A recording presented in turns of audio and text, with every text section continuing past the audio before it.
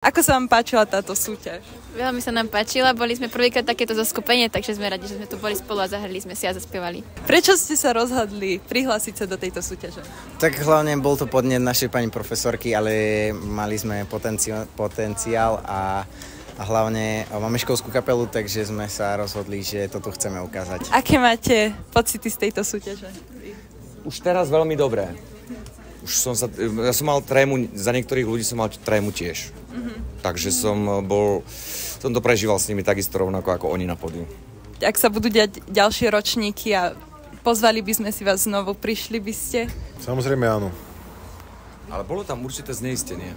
Všimol som si v tvojom hlase. Myslíš? Nie, nebolo. Prečo? Jasné. Určite áno, tešíme sa, chceme vidieť ďalšie veľké výkony mladých ľudí a čo nám ukážu za svoj rok. Určite držíme vám všetkým palce a hlavne pokračujte v tom.